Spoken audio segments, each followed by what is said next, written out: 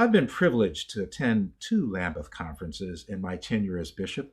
First in 2008, when I was consecrated only 2 weeks before, and now in 2022 at the just concluded this summer conference in Canterbury, England.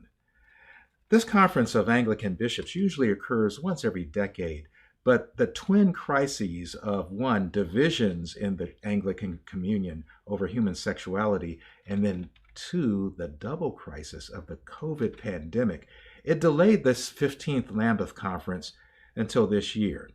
And the conference is at the same time a family reunion of church-related and far-flung family members on the one hand, and on the other hand, a kind of semi-official gathering of bishops with a wide range of views on various topics who yet to try to speak to the world with one voice. So I ask you, given those problems, what could possibly go wrong? The first question is, what is the Anglican Communion?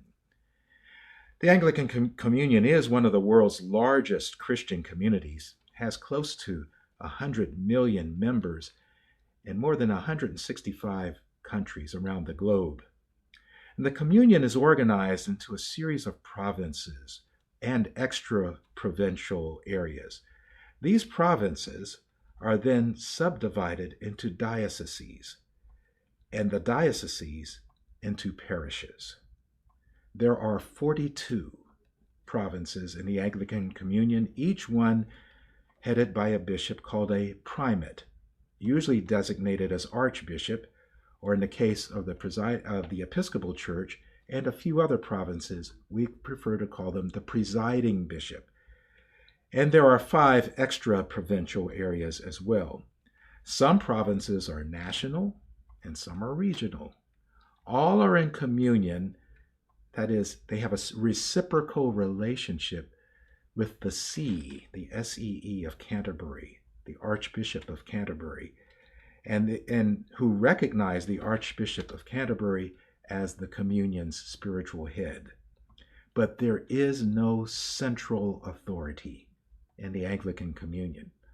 All of the provinces are autonomous and are free to make their own decisions in their own ways, guided by recommendations from the 4 instruments of unity, as they are commonly called.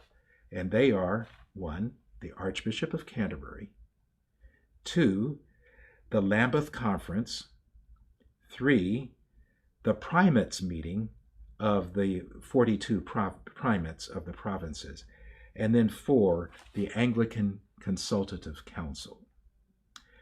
Just briefly about the historical roots of the Anglican Communion,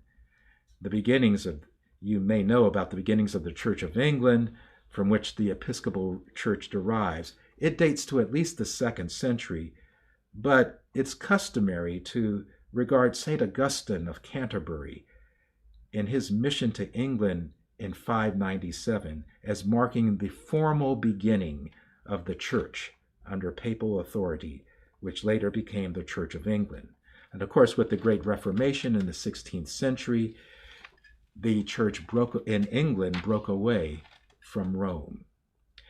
In 1789, the American congregations, composed at that time of 9 American states, adopted the name the Protestant Episcopal Church of the United States of America, as their name formally separated themselves from the Church of England.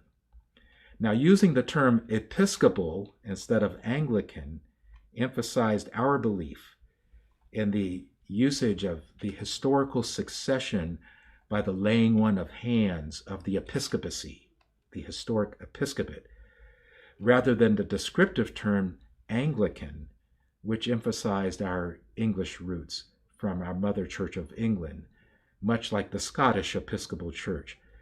And thus the American Episcopal Church was incorporated as the first Anglican province outside of the British Isles. We recognize, of course, that the Church of England's presence in America dated back to the beginnings of the English settlers in the early 17th century, but it officially began in 1789.